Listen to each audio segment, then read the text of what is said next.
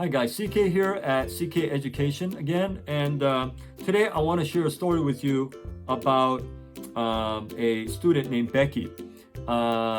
She was, when I think of Becky, the thing that comes to mind is strength and positive mindset. These are so important in life, right? But she came from a pretty I've had kids who've come from very, very tough backgrounds, and hers was not as tough as many others, but she came. Her mom was a single mom. Her parents got divorced years ago, and she went through a lot of heartache through that. Her mom went through a lot of heartache, and but her mom, she saved her money for many years, and she started a business, and the business did very well, and so her mom is a success story in and of herself. But Becky was also very strong as well. Her mom raised her like that, and she had a very positive mindset, a very authentic personality. She was real, and she just exuded strength, just like her mom. And I got to know both of them, and they're just wonderful people. And but this can't be overemphasized. The importance of positive mindset, optimism, and just that gives you strength in life, in everything. I used to be a recruiter, back in the day.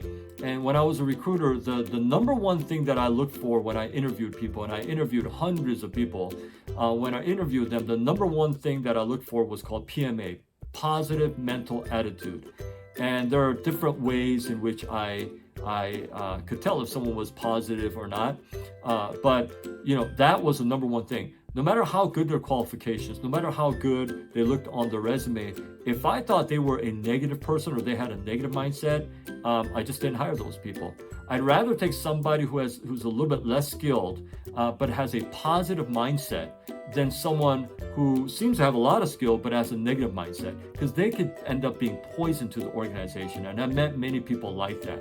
So it's not worth it.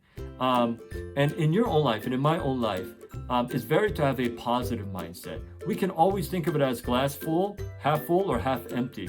I prefer to think of it as half full, and it's getting fuller. And so we want to have a positive mindset. Zig Ziglar, the great late motivational speaker, always used to say that your attitude determines your altitude in life.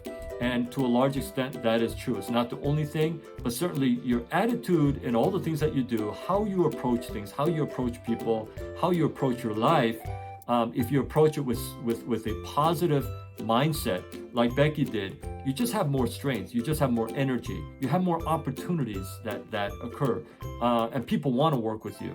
And so what other people call luck, I think a lot of times is just a great attitude and a positive attitude coupled with preparation, and that just coming together, and then opportunities come, and people succeed, and other people look at that and say, oh, they're so lucky. I don't think luck is as common as people think. I think it's more great preparation, done by positive people, positive minded people, just meeting opportunities, and that's how success happens. And a lot of hard work, of course. But Becky is a great reminder of that. And when she started out, her math score was 640, and her reading and writing was 560, for a combined starting score of 1200.